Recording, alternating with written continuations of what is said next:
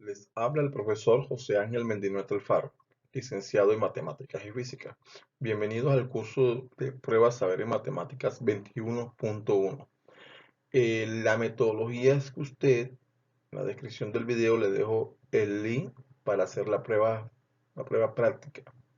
Después que usted haga la prueba y revise los puntos donde usted le fue mal, o si quiere revisar también los puntos donde le fue bien, observa el resto del video. Entonces, la metodología es muy sencilla. Pausas el video, realizas la prueba y después despausa el video y observa los puntos donde tienes que mejorar.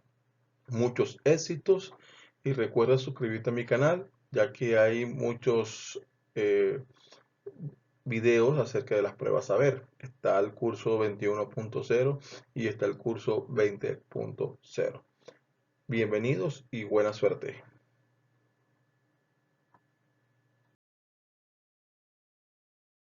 Analicemos la siguiente pregunta. Dice, un jardín circular con área de 20 metros cuadrados está separado 10 metros de una reja circular por medio de un camino de piedra como se ilustra en la figura.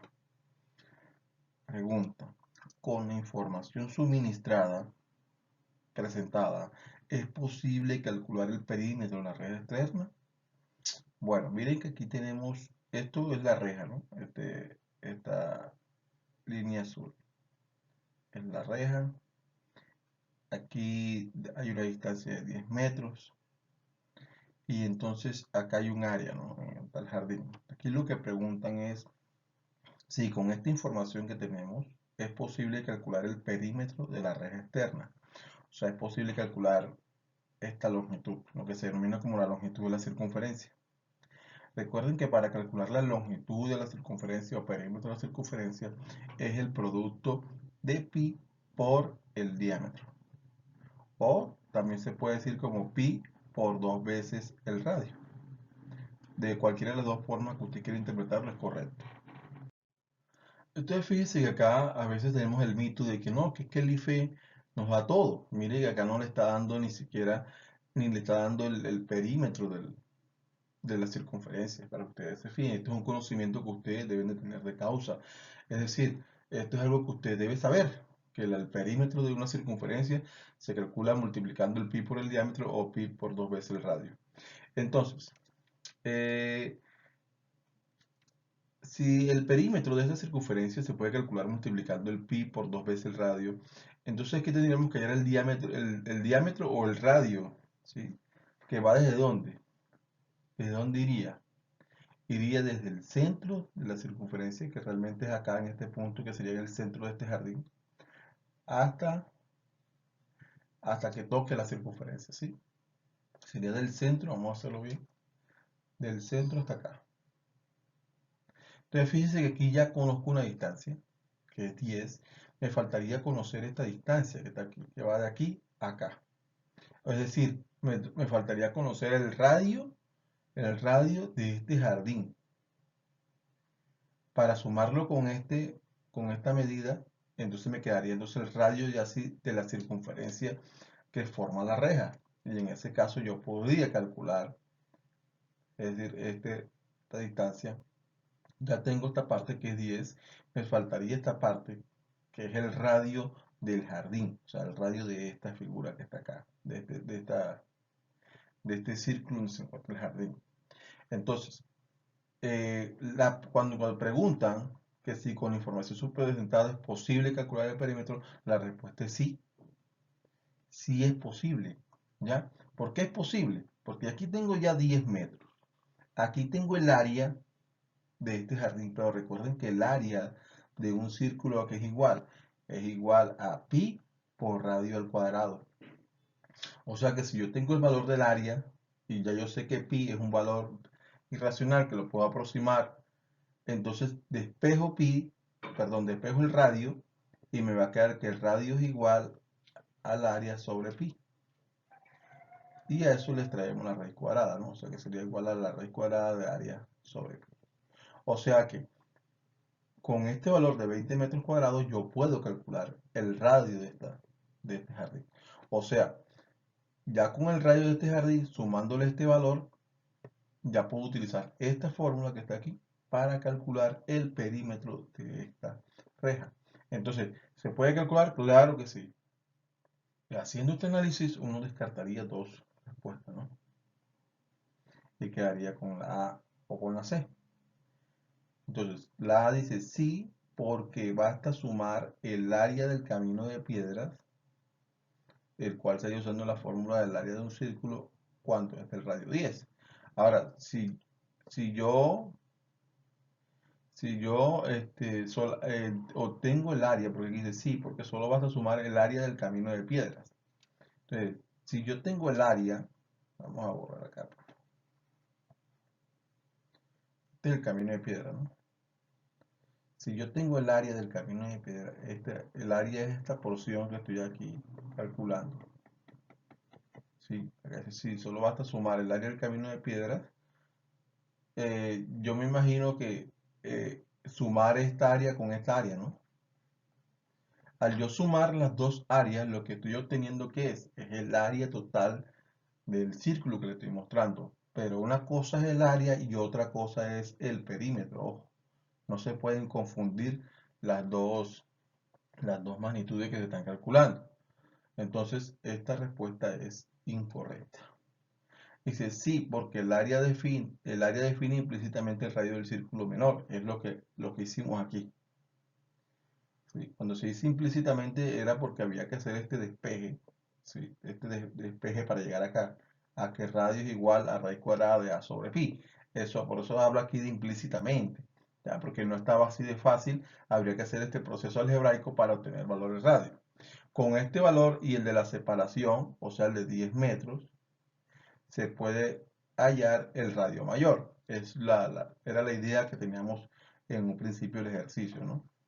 Cuando ya aquí ya obteníamos el valor del radio, acá, cuando ya teníamos el valor del radio, aplicando esta fórmula, sumándole con este 10, es lo que hace referencia aquí, que se puede hallar el radio mayor. ¿El radio mayor cuál es? Es la distancia que hay del círculo del jardín hasta un punto de la periferia donde está la reja.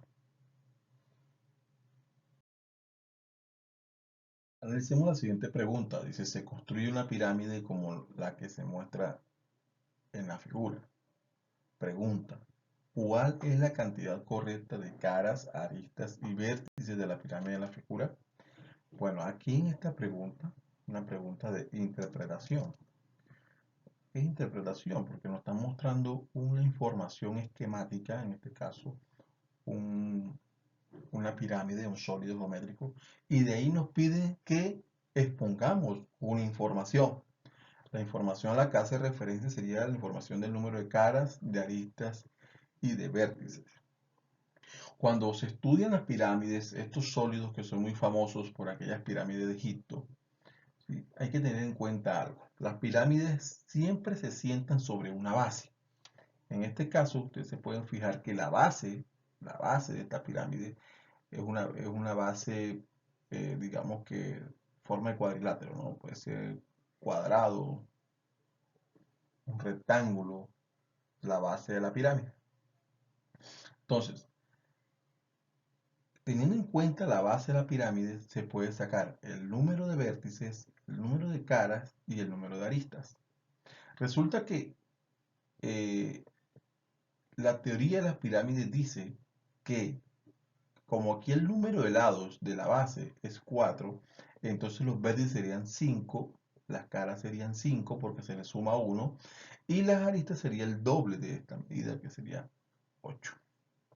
Esto, por así decirlo, es una estrategia, ¿no? Para solucionar este ejercicio, ¿ya? Teniendo en cuenta la base de la pirámide. Entonces, repito, como aquí la base de la pirámide es 4, entonces yo le sumo 1 para que me dé el vértice y las caras. Y lo duplico para que me dé la cantidad de aristas. Entonces, teniendo en cuenta esta información que hemos analizado, ya ustedes se pudieron fijar que la respuesta correcta en este caso sería la B. Pero tengan en cuenta esta estrategia que utilizamos cuando hablamos de una pirámide. Tengan en cuenta que la base, ¿ya? Entonces, a la base le suman 1 para que obtengan los vértices y las caras y lo duplican para que tengan las aristas. Dice la siguiente pregunta, una bodega contiene 240 cajas de un alimento. 120 cajas son de la marca X, 80 cajas de la marca Y y 40 cajas de la marca Z. Se requiere estimar si las cajas tienen el peso ideal y para ello se van a seleccionar aleatoriamente 12 cajas de alimentos para pesarse. De las siguientes selecciones, ¿cuál es la muestra que mejor representa las cajas de alimentos que hay en la bodega? En estadística, cuando se hace un experimento aleatorio, es muy importante, jóvenes, tomar una muestra que sea representativa. Por eso aquí dice cuál es la muestra que mejor representa. Generalmente las muestras son proporcionales, ¿sí? Entonces fíjese que se tomaron de muestra 12 cajas, ¿sí? 12 cajas.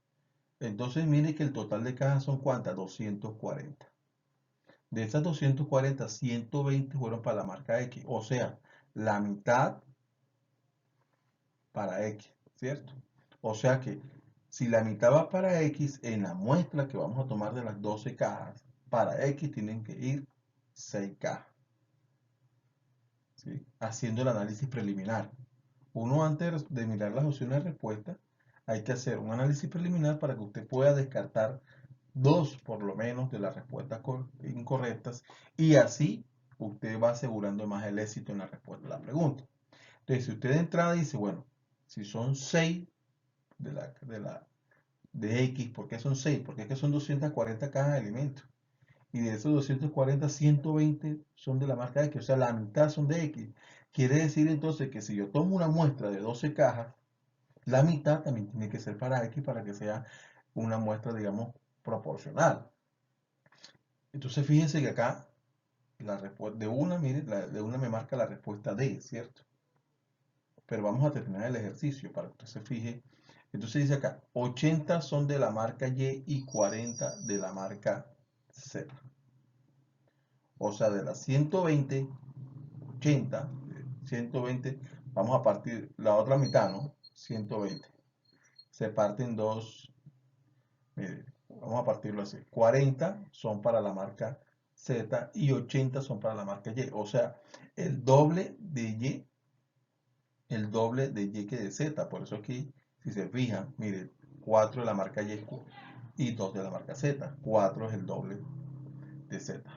Pero otro hecho interesante, mire, 80 cajas se puede partir también en 40-40, ¿cierto? Entonces, dos partes, vea, para Y y una parte para Z, por eso es el doble de Y que de Z. Entonces, en este orden de ideas, en esta respuesta, es un problema que se ha planteado, la respuesta correcta es la D. Tengan en cuenta, jóvenes, entonces, para las muestras representativas, tengan en cuenta que generalmente lo que se piden son valores proporcionales.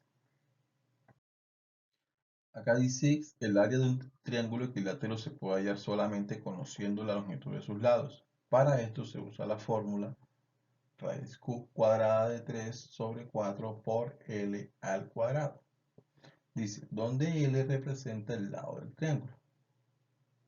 El área de un triángulo equilátero del lado 2 es, entonces fíjense que aquí tendríamos que utilizar esta fórmula para resolver este problema, porque de hecho este punto es un problema. Hay que resolverlo utilizando información, ¿no? Información que está aquí. ¿Cuál es la información? Que es el lado 2 y que esta es la fórmula para hacerlo. Entonces, raíz cuadrada de 3 sobre 4 por L al cuadrado, o sea, por 2 al cuadrado.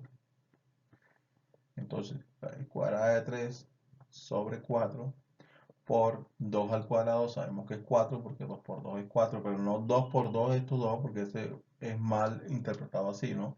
De paso aquí repasamos la potenciación. Cuando dije 2 por 2 me refería a esto.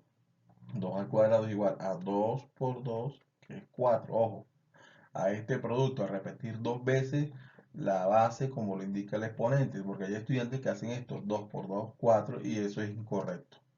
Bien, entonces, este 4, miren, como está multiplicando esta fracción, es una fracción, se simplifica con el denominador y simplemente queda raíz cuadrada de 3. Entonces ya sabemos que la respuesta es esta y las demás se anulan por el hecho de que esto es un problema, ¿no? Estamos solucionando un problema. Por eso en los problemas a veces no hay de pronto que puede ser la B, puede ser la C, no, en los problemas hay un valor determinado y es el valor que se tiene. De pronto en las preguntas de interpretación o de argumentación, ahí sí hay discusiones porque los argumentos de pronto uno puede hacer una interpretación diferente, pero cuando se obtiene un valor, es el valor que nos da. Analicemos este problema. Dice, para construir una cerca alrededor de un terreno rectangular, se tomaron las siguientes medidas. Medida del ancho 20 metros, medida del perímetro 5 metros. Estas medidas son incorrectas porque, bueno, aquí ya nos están diciendo que una de estas dos medidas hay algo malo, ¿no? Hay que explicarlo. Ojo, explicarlo, no afirmarlo, explicarlo, porque hay un porqué que me está diciendo a mí que necesitamos una explicación. Bien, vamos a suponer entonces el siguiente rectángulo. Y entonces dice acá que la medida del ancho es 20 metros, o sea, esta medida acá es 20 metros, y el perímetro no nos dan el largo, entonces colocamos aquí X metros y X metros. Si yo quisiera hallar el perímetro de este rectángulo que he dibujado acá, que con la medida que hicimos aquí, sería dos veces el ancho, o sea, 40 metros,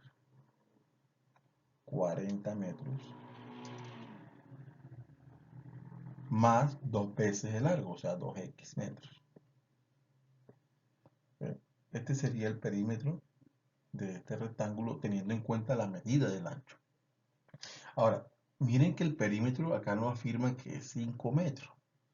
Y miren que el perímetro que yo he calculado, vamos a hacerlo por acá más abajito para que se pueda apreciar bien. El perímetro que yo he calculado de ese rectángulo sería igual a 40 metros más 2x metros. O sea, es un valor mucho mayor que 5 metros que está aquí referenciado. Entonces, cuando aquí dice que las medidas son incorrectas, es cierto.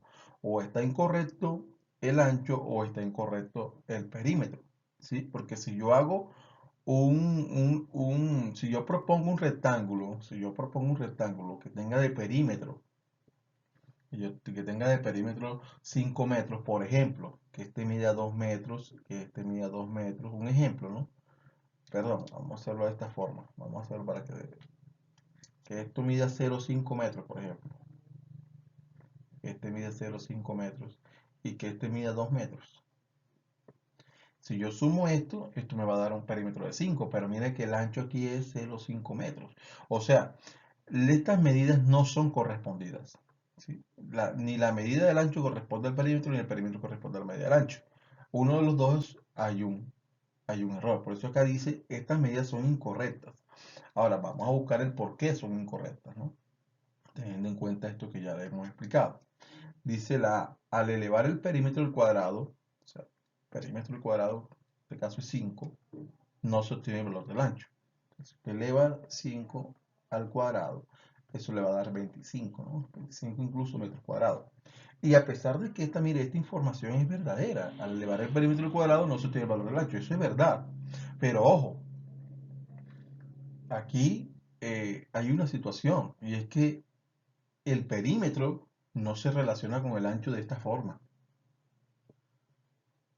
¿Ah? La relación del perímetro con el ancho es a través de una suma, no de una multiplicación o de una potenciación. Esta relación no existe. Una relación al cuadrado entre el perímetro de una figura y el ancho, esa relación no existe en la geometría. Por lo tanto, esta afirmación, que a pesar de que es verdadera, es una justificación incorrecta. ¿Ya? Es incorrecto porque, pues, elevar el perímetro al cuadrado, eso no tiene ningún significado. Simplemente es un valor y ya. ¿Ya? ¿Qué puede aquí, qué relación? Si usted mira aquí el perímetro, mire, el perímetro es dos veces el ancho más dos veces el largo, por ejemplo. Allí hay una relación, pero es una relación de suma, ¿no? Dice la B, no se conoce la longitud del largo. Bueno, no la conocemos, por eso le colocamos el valor de X.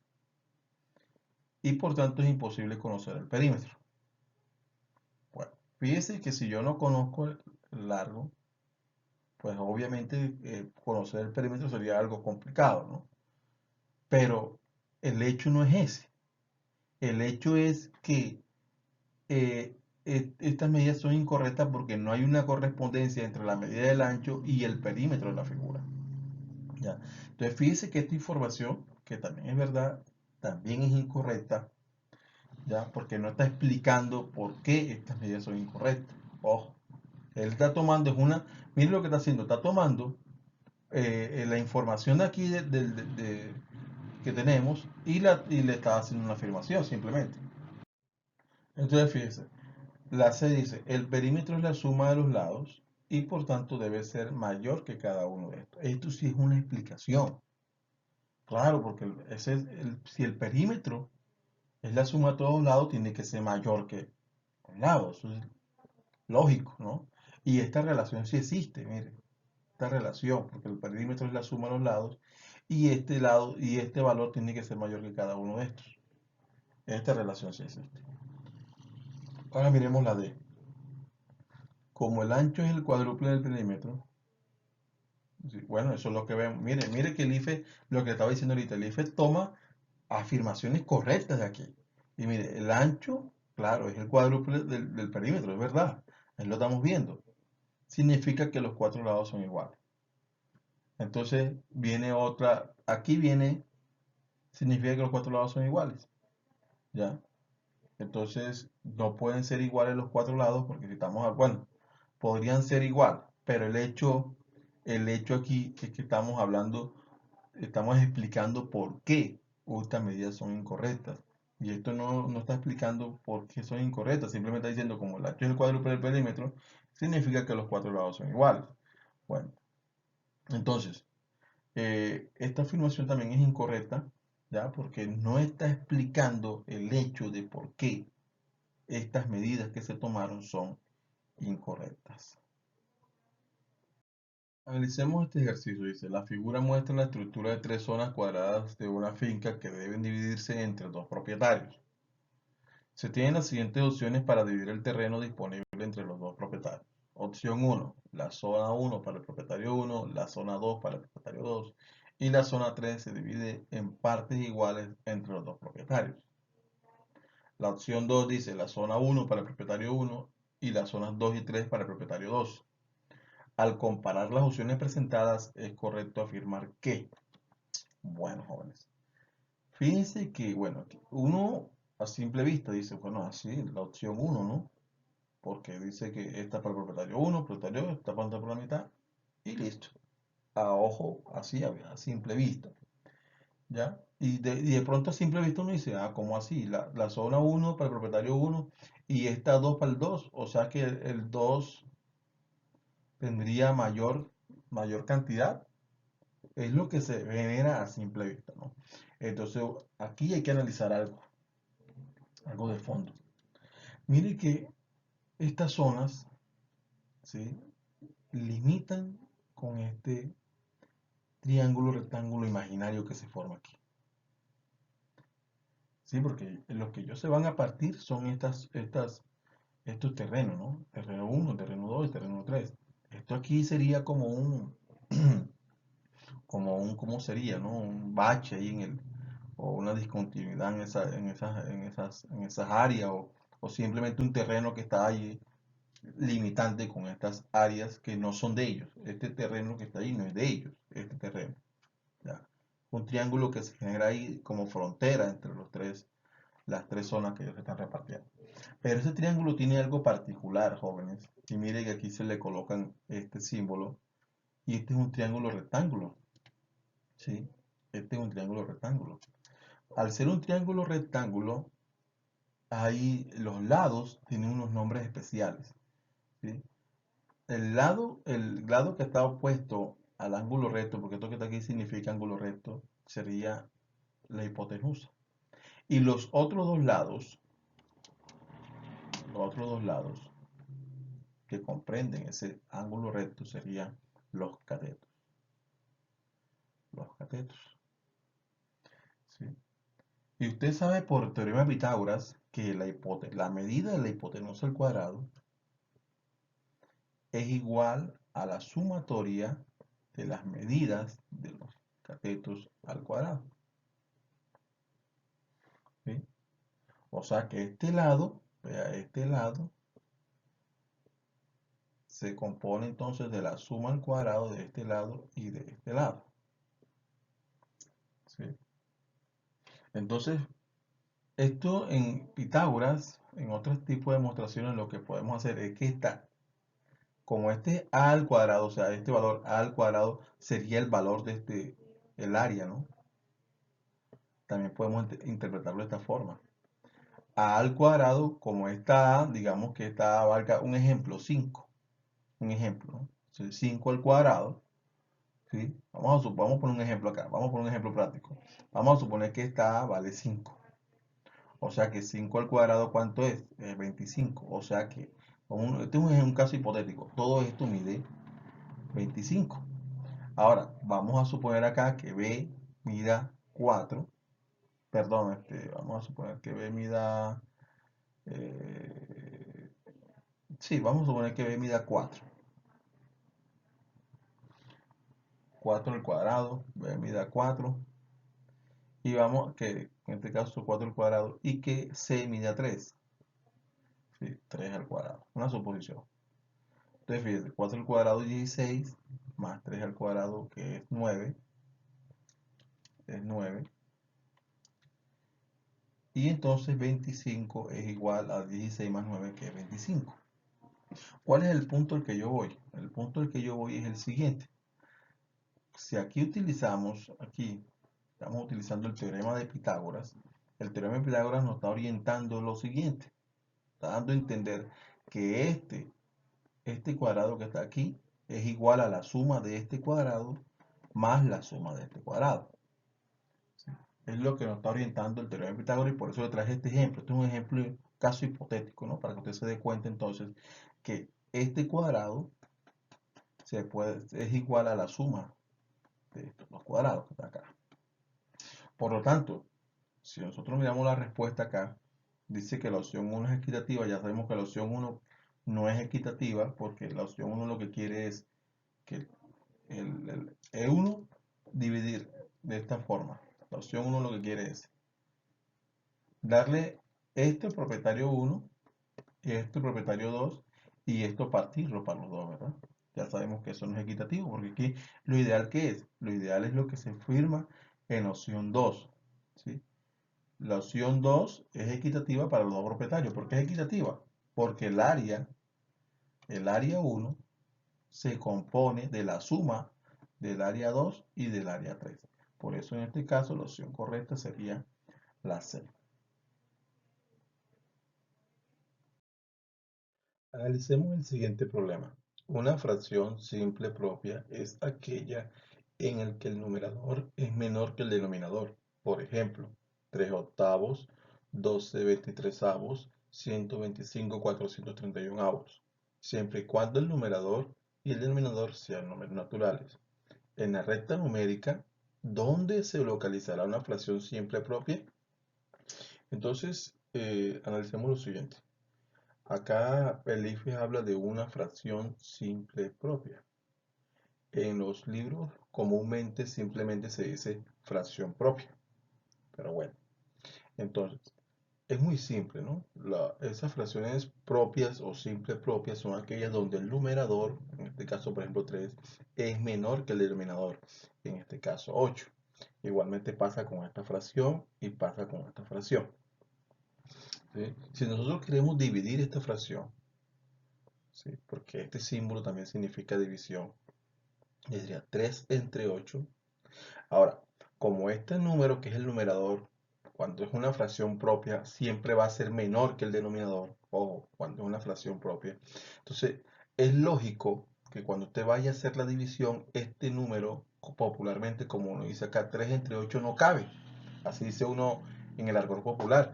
O sea, en los números naturales no hay un número multiplicado por 8 que me dé 3. Y como 3, eh, digámoslo así, pues dividirlo entre 8 es imposible, ¿no? Naturalmente hablando. Entonces tendríamos que agregar 0 al cociente. Y así proseguimos con la división. Ahora sí podemos buscar un número que multiplicado por 8 se aproxime a 30 o que en su defecto nos dé 30. ¿Sí? Y seguimos con... Entonces, siempre que vayamos a hacer una división de una fracción simple propia, va a ocurrir el mismo fenómeno. ¿Por qué? Porque, por ejemplo, voy a dividir 12 entre 23 y voy a tener el mismo problema que tuve con 3 octavos.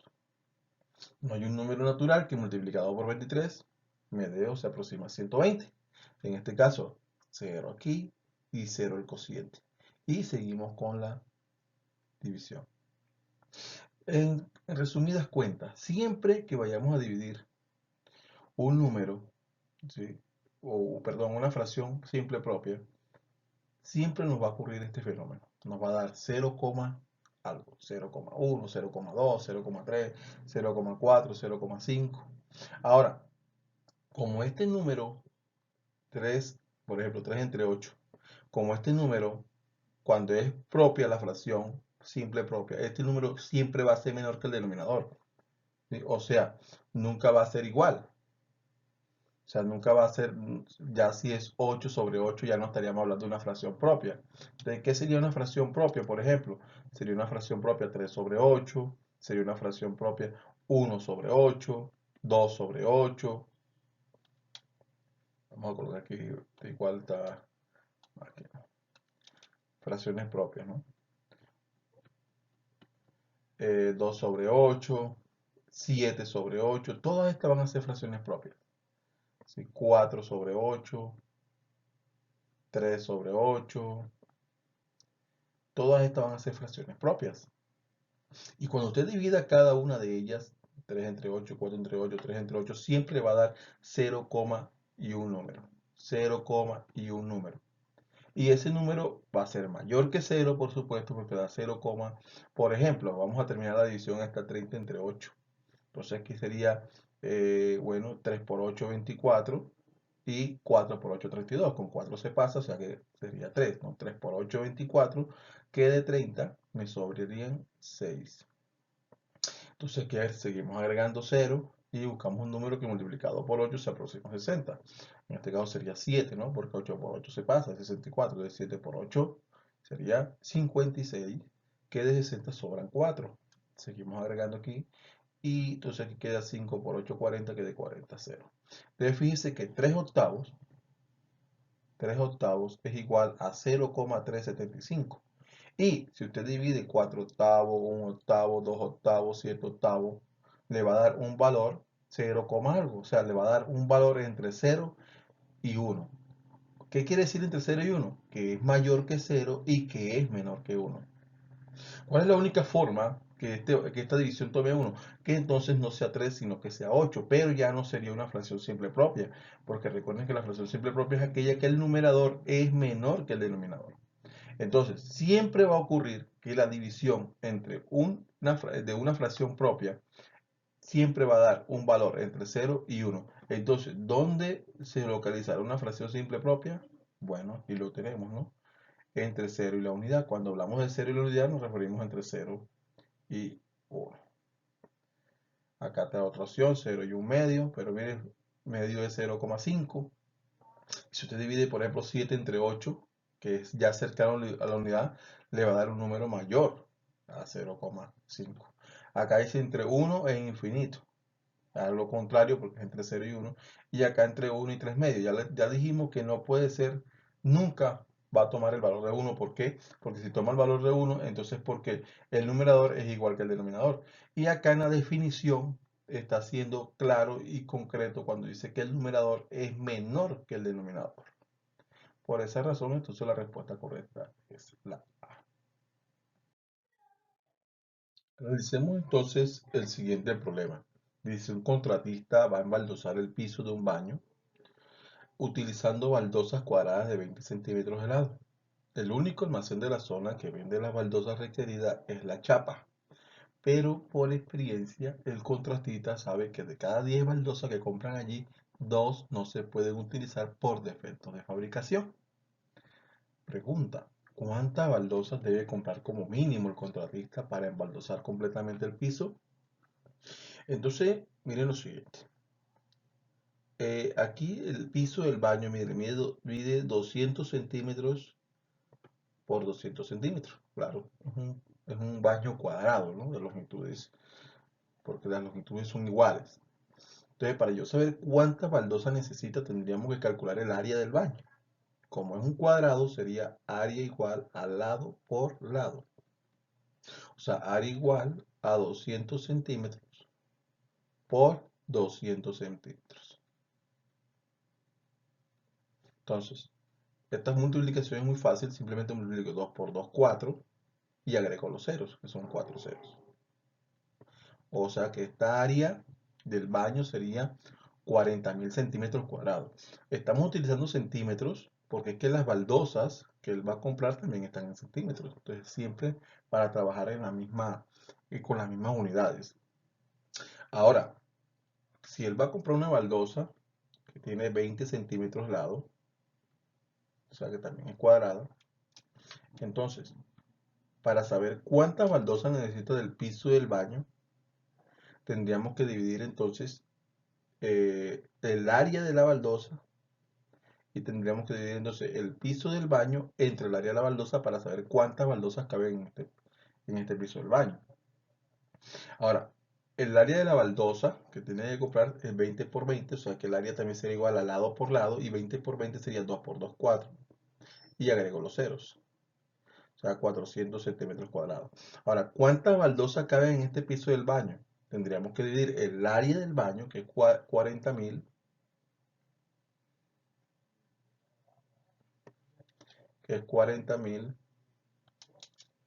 sobre lo que mide el área de la baldosa, que serían 400 centímetros cuadrados. Simplemente cancelamos dos ceros acá, 4 entre 4 cabe a 1 y agregamos los ceros restantes, que serían 100. O sea que él necesitaría como mínimo 100 baldosas. Y mire, aquí está la respuesta, ¿no? Hay que tener cuidado cuando uno hace los cálculos, porque el IFE coloca cálculos que uno va encontrando en el camino. Porque resulta que acá hay una información importante. Dice, de cada 10 baldosas que se compran, 2 no se pueden utilizar por defecto de fabricación. O sea que si él compra 100 baldosas, entonces le van a faltar baldosas para completar la obra. Por lo tanto, esta respuesta, fíjese que es inválida. Por lo menos ya sabemos que no es la A y que no es la B, con el razonamiento que hemos hecho. Tendría que ser la C o la D.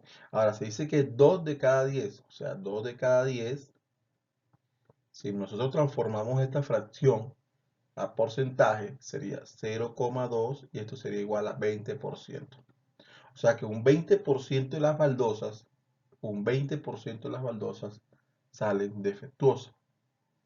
Aquí podríamos hacer el ejercicio de varias maneras, usando una regla de 3 simple, o podemos decir, bueno, como él necesita, ya sabemos que él necesita más de 100 baldosas.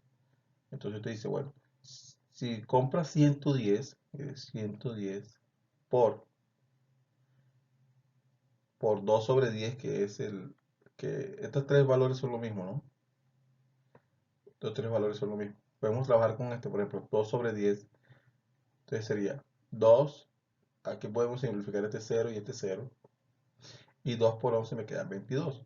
O sea que si él, de las 110 baldosas que él compre, 22 van a salir defectuosas. Quiere decir entonces que, eh, quiere decir entonces que no le va a alcanzar las 110. Porque si usted resta 110 menos 22, le va a dar un valor mucho menor que 100. Y necesitamos como mínimo 100 baldosas para ejecutar la obra. Entonces quiere decir que la respuesta debe ser la D. Entonces analicemos 125. Multipliquémoslas también por 2 sobre 10. Entonces aquí sería 2 por 125 sería 250. Dividido entre 10, cancelamos acá 25. O sea que de 125 baldosas van a quedar probablemente 25 baldosas malas.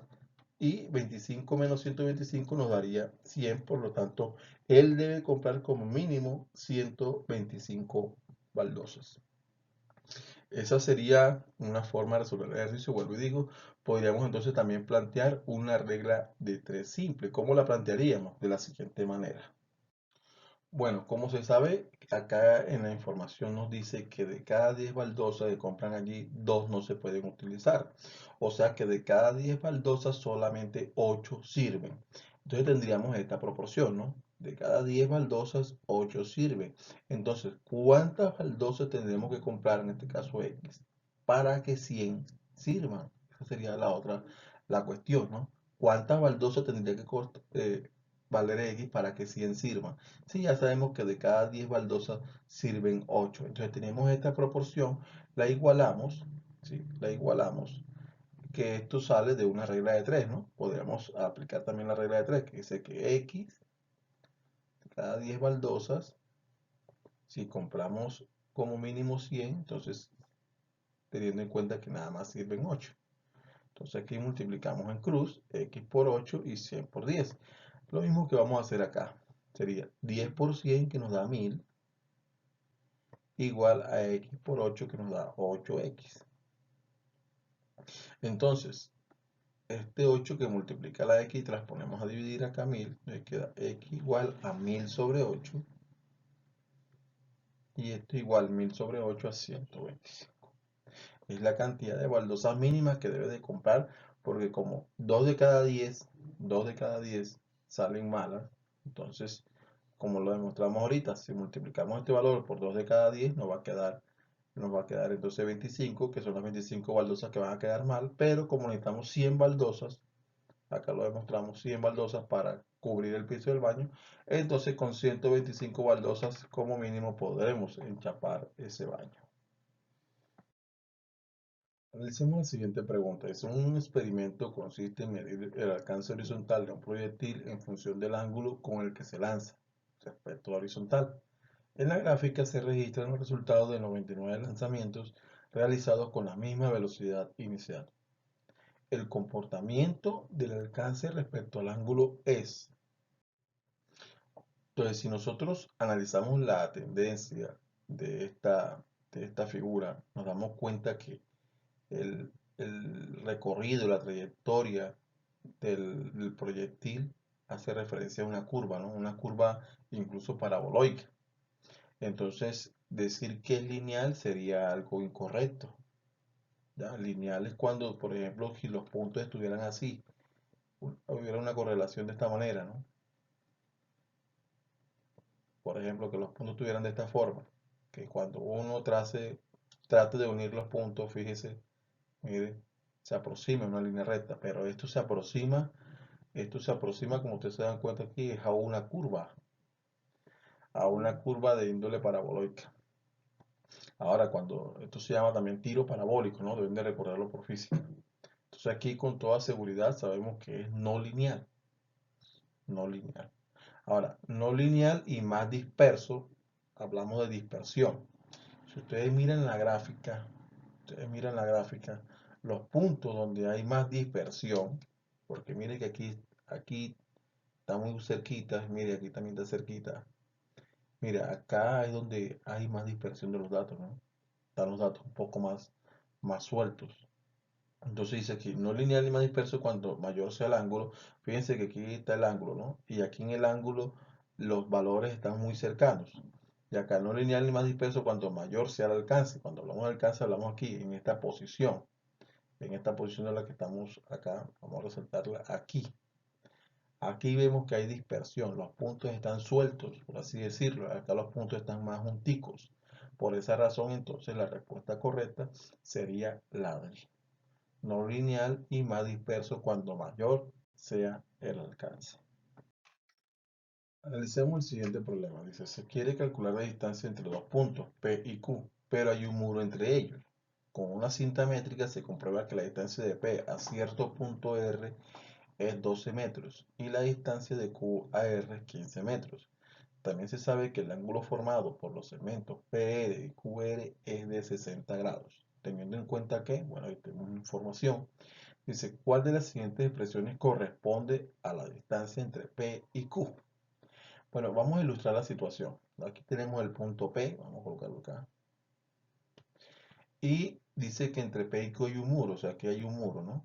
Y dice que con una cinta métrica se comprueba que la distancia de P a otro punto R es de 12 metros. Vamos a colocar el punto R acá.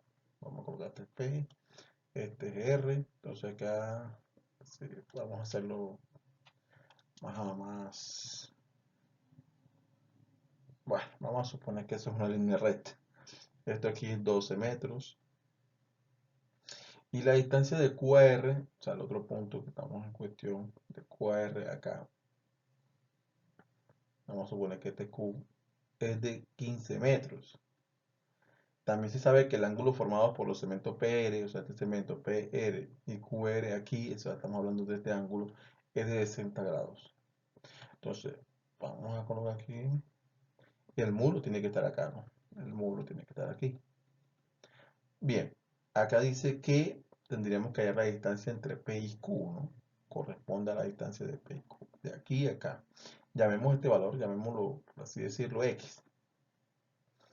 Entonces, fíjense que este caso, para hallar este lado, por ejemplo, tendríamos que utilizar ya sea el teorema del coseno o el teorema del seno. Pero resulta que para hallar el teorema del seno, por ejemplo, tendríamos que tener el valor, por lo menos, este valor que está opuesto al ángulo, ¿no? O que uno de estos dos valores, 12 y 15, tenga un valor del ángulo acá, ¿sí? Esas serían las condiciones.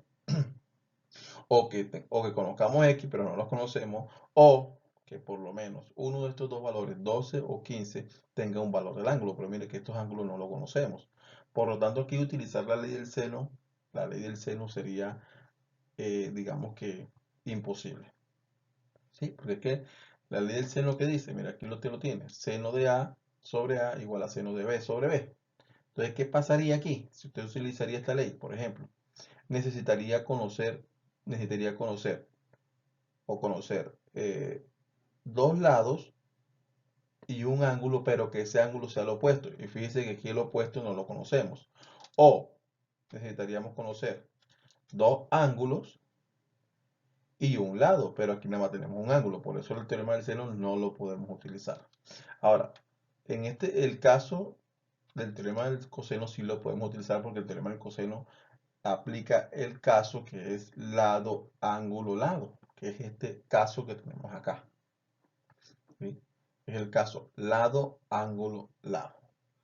Es el que podemos utilizar. Entonces, aquí dice x cuadrado es igual a y cuadrado más z cuadrado. Vamos a colocarlo. X es el valor que no conocemos. Bueno, que también acá sería x.